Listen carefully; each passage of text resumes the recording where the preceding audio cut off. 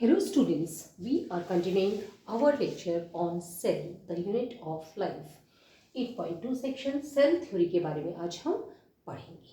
सबसे पहले हमने इसमें क्या देखा कि 1838 में मैथाइस स्क्लेडिन एक जर्मन बॉटनिस्ट था, ओके, जिसने कि बहुत सारे प्लांट्स को स्टडी किया, उनके सेल्स को स्टडी किया और उसने कहा कि plants are composed of different kinds of cells. Okay, और ये जो सेल्स हैं ये आपस में मिलके टिश्यूज की फॉर्मेशन करते हैं।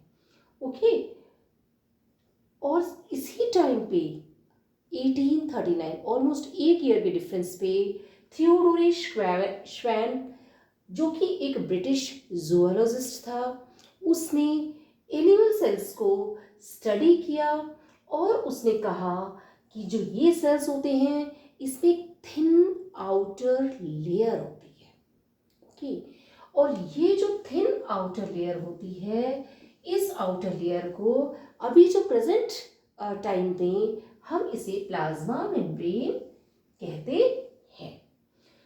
उन्होंने स्टडी किया न सिर्फ एनिमल को बट प्लांट सेल्स को भी स्टडी किया और उन्होंने बताया कि जो सेल वॉल है वो एक यूनिक कैरेक्टर है प्लांट सेल्स का।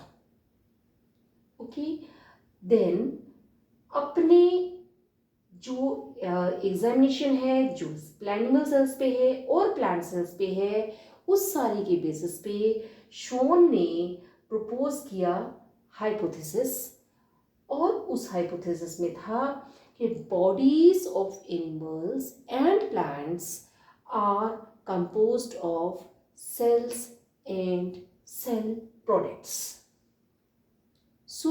हम इसमें कुछ important points हैं जिन्हें हम स्टडी कर सकते हैं, जैसे कि मैथाइस स्क्लेडिन 1838 में ये एक जर्मन बॉटनिस्ट थे जिन्होंने कि प्लांट सेल्स को स्टडी किया और कहा कि these are composed of different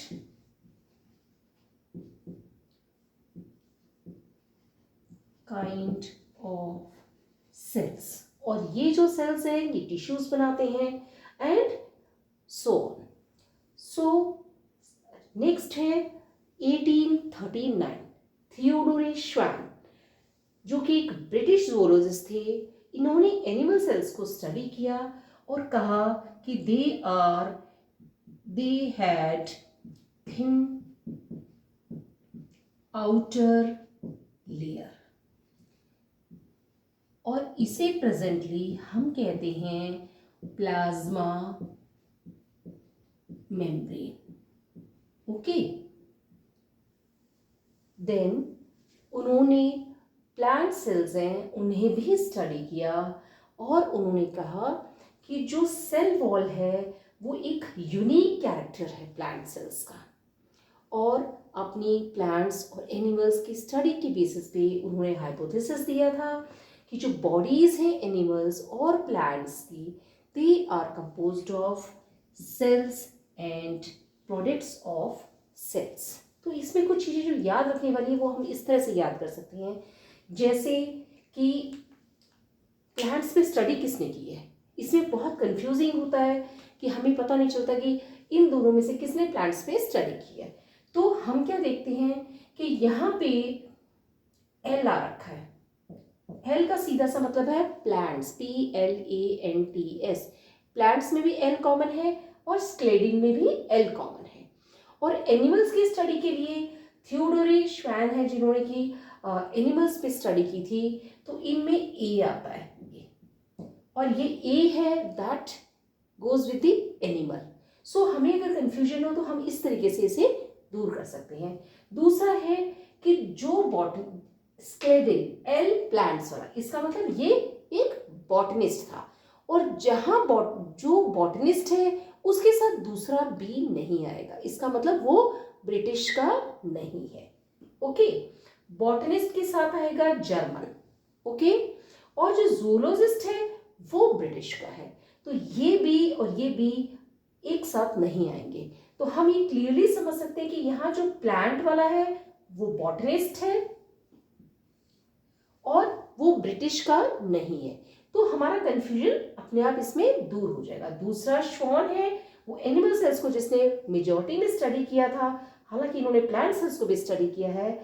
ये इसमें ए है और ये एक ज़ूलॉजिस्ट है। ओके, और ये क्योंकि इसके अंदर ज़ूलॉजिस्ट आ रखा है तो यहाँ पे ब्रिटिश आ जाएगा। तो ये बी और ये बी साथ में नहीं होंगे। इस तरीके से हम इसे समझ सकते हैं।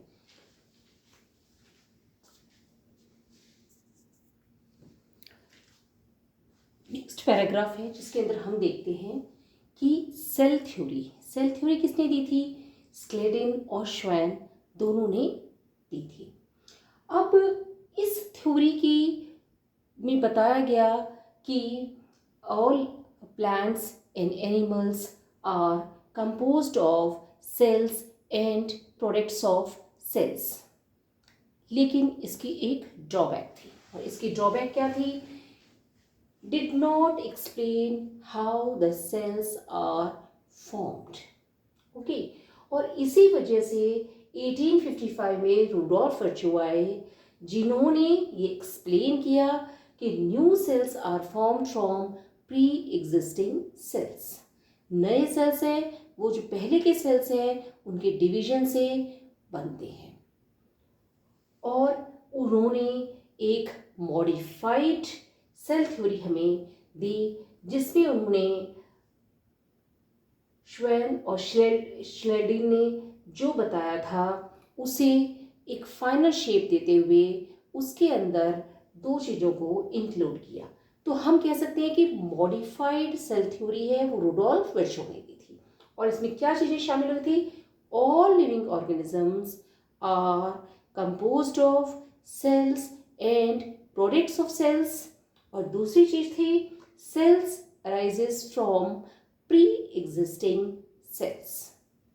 इसमें कई बार एमसीक्यू आ जाता है सेल थ्योरी के ऊपर कि किसने सेल थ्योरी दी थी, मॉडिफाइड सेल थ्योरी किसने दी थी, और उसके बाद में इसके अंदर ड्रॉबैक्स ऑफ सेल थ्योरी, इस पर भी क्वेश्चन आ सकता है। और इसके अंदर वन इम्पॉर्टेंट चीज जो है वो है ओमनिस सेलुला ई सेलुला। New cells are arising from the pre existing cells. ये लैटिन में है और ये लैटिन में जब हम लिखते हैं तो हम उसे अंडरलाइन कर देते हैं। सो इसके ऊपर भी क्वेश्चन आ सकते हैं। सो इसमें जो इंपॉर्टेंट पॉइंट्स हैं वो मैंने नीचे लिख दिए हैं कि cell theory was given by Schleiden and Schwann. Drawbacks क्या हैं? Did not explain how the cells are formed.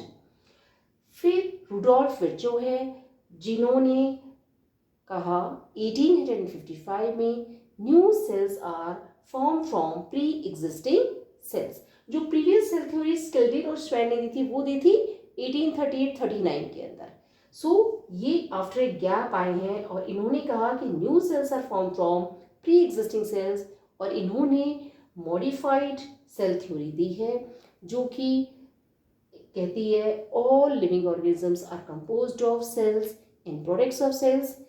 Second, all cells arises from pre-existing cells. ये important points हैं जो आप अपनी बुक के साइड के अंदर लिख सकते हैं, और रिवीजन के टाइम पे इन्हें रिवाइज करना बहुत इजी हो जाएगा। पूरे पैराग्राफ को पढ़ना थोड़ा सा क्लमजी हो जाता है, और इससे आप अपने स्कोर को इम्प्रूव कर सकते हैं और अपनी स्पीड को भी इंक्रीज कर सकते हैं क्योंकि इंपॉर्टेंट चीज़ें आप पढ़ लेंगे और इनमें से काफ़ी क्वेश्चंस आए हुए हैं। Now let's continue in the next lecture. Thank you.